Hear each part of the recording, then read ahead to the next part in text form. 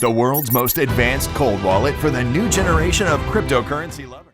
So if you are interested in buying this decent wallet, you can find a link in the description down below where you will get a 20% discount.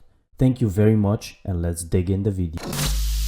What's up, XRP family? Thank you guys for joining the video for today. So here we have a very interesting thread. Now grab some coffee, guys. This is going to be very interesting.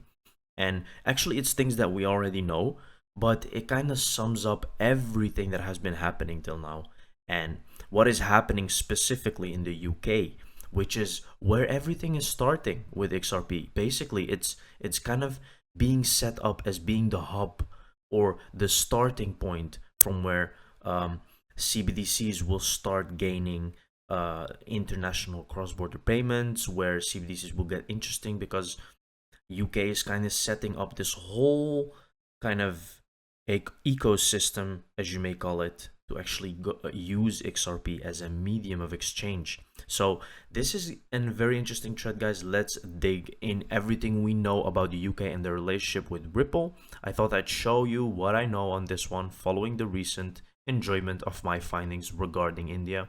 Again, this is fact and speculation. So there are some facts in this thread and there are some speculations. So let's dig in, guys. The first thing we're going to start with is, let's start with the obvious and most important part of this thread. Ripple have been testing with the Bank of England since 2017. In fact, if you go onto the Bank of England's website and type in Ripple, you get 156 results and 146 documents. Very interesting as to begin with, right? Because this is not something small or something that can be used very quickly. They have to test stuff, they have to make everything ready. But this is fact. This is happening. They are testing Ripple for a while now, and not just for any reason, because institutions and banks really understand, guys, that the financial system is collapsing. They know because they have all the money. They are in charge of all the money. They know that this system is going to collapse very soon. And there's a lot of things going on with that. It seems the test focused on how the UK's RTGS real-time gross settlement system could be interlinked with Ripple's technology. Ripple's solution showed promise in enabling RTGS systems which seamlessly support interoperability globally. So here you can see results of the Bank of England proof of concept published. This is on the Ripple website. I'm not going to get into that. The BOI, so the BOE, the Bank of England, selected Ripple to participate in their FinTech Accelerator program. The goal of this test was to showcase the synchronized movement of two different currencies across two different RTGS systems, focusing on speed, efficiency, and X-border payments. Now, this is very interesting. Now, when you read it, it may seem like something that is just, okay, fine. But this is actually key. This is showcasing that Ripple technology can be cross-chained and used with other systems. It's not just because there are going to be institutions or banks that maybe do not want to use everything of Ripple, right? They want something else. But XRP is actually using that. They have a solution for that, right? It's about real-time gross settlement. So very interesting. Again, these are all facts. These are not speculation. We're still getting to the speculation part. Next, we have Ripple's involvement with Digital Pound Foundation. The goal of the Digital Pound is to bring public and private sectors together to develop, design, and help the adoption of the Digital Pound. Very simple. It is important to note that Ripple are one of the founding members of the Digital Pound Foundation, and maybe more importantly, Ripple head of policy Friedman is the chair of the foundation. Again, she was working with Ripple, head of policy. These are all people working with Ripple, and now they're actually in charge of the Digital Pound Foundation. This is all not coincidence, and this is what we have been talking about from the very beginning. It all starts in London, remember?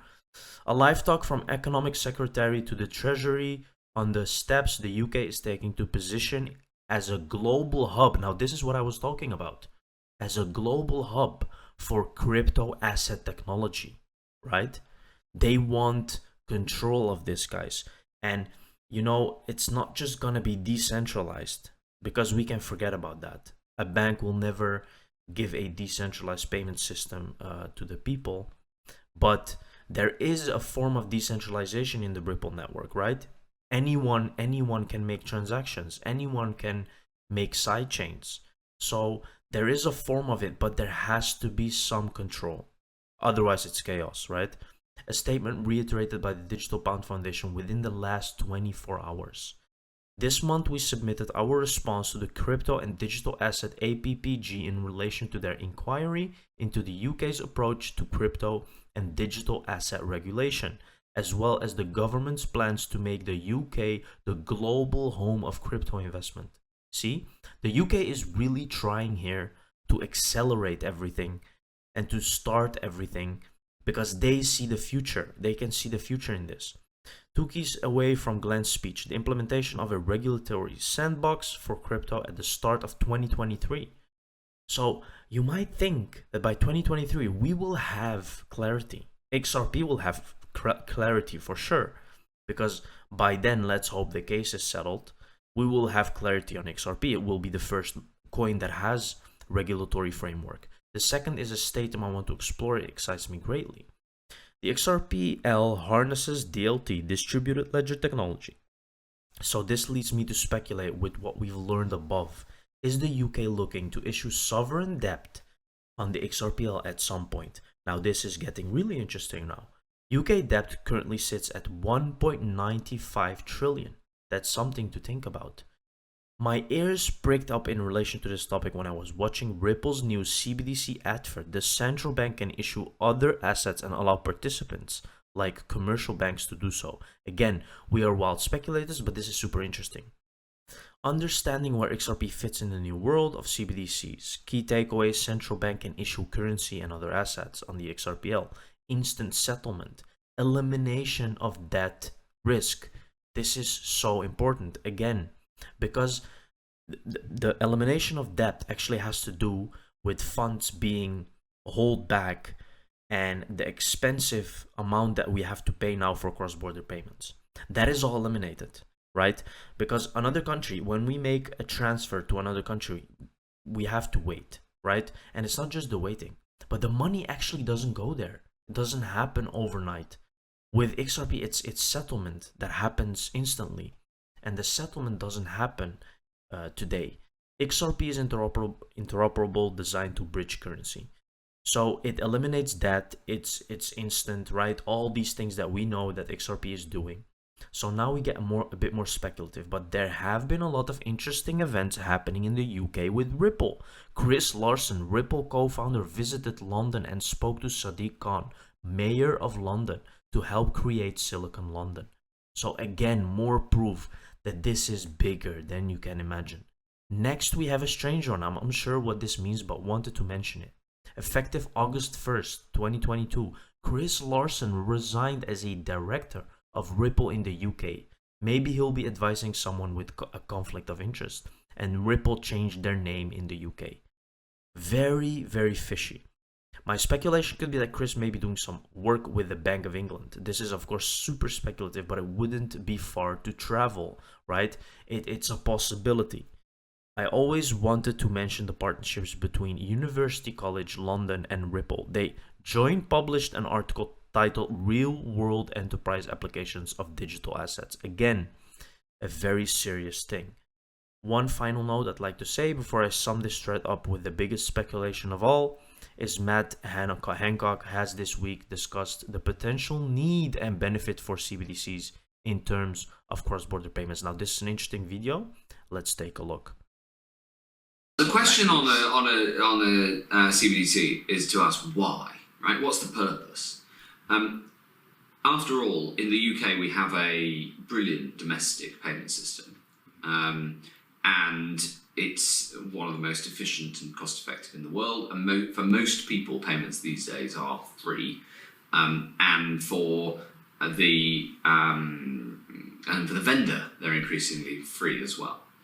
And the idea of a retail CBDC essentially is saying that the central bank, the Bank of England, should be a retail bank for all of us, and there's a lot of problems with that proposal. And not an obvious use case. Where there is an obvious use case is in international payments, which are still expensive, in countries that don't have a good domestic payment system, which includes the US, of course, because of its federal regulation. And then we can see that there are some countries around the world who want a high quality CBDC for strategic reasons, essentially to try to displace the dollar as the international unit of account.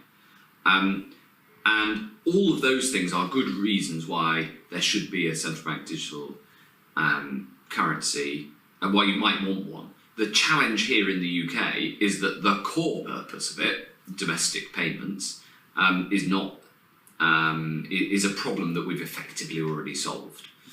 And then there's a slightly separate point, right, which is more about stepping back and what is the purpose of this new technology. One of the exciting things about cryptocurrencies, whether they're stable coins or they are untethered, is that it's a decentralized payment system. And asking a central bank to start a decentralized payment system is not what this was invented for. This is about democratizing finance. Very, very interesting. See, again, he's saying not have a decentralized system, because that just cannot be true. A bank will never do that. There has to be some kind of control. Finally, Ripple are having their annual Swell event in London, November 16th, 17th, 2022. Now, this is very, very interesting. Something big can be announced in this event. This is odd to me, as previously it has been in San Francisco, Singapore, and then online. Why pick this year to hold the event in London? So there may be a huge announcement, and that is why they have it in London this time. Normally, Ripple announce something big at these events. What are the odds we will see something out of the Bank of England? Wholesale digital pound, sovereign debt. Makes sense to use XRPL and have XRP as a neutral bridge asset, right? You tell me, maybe I'm crazy. That's all, folks. Now give this guy a follow, because this has been an amazing thread, and I actually wanted to go through more things, but we are running out of time, so maybe I'll do that in another video. But this thread has been amazing, guys. Let me know what you think in the comments. Subscribe. See you in the next one. Cheers.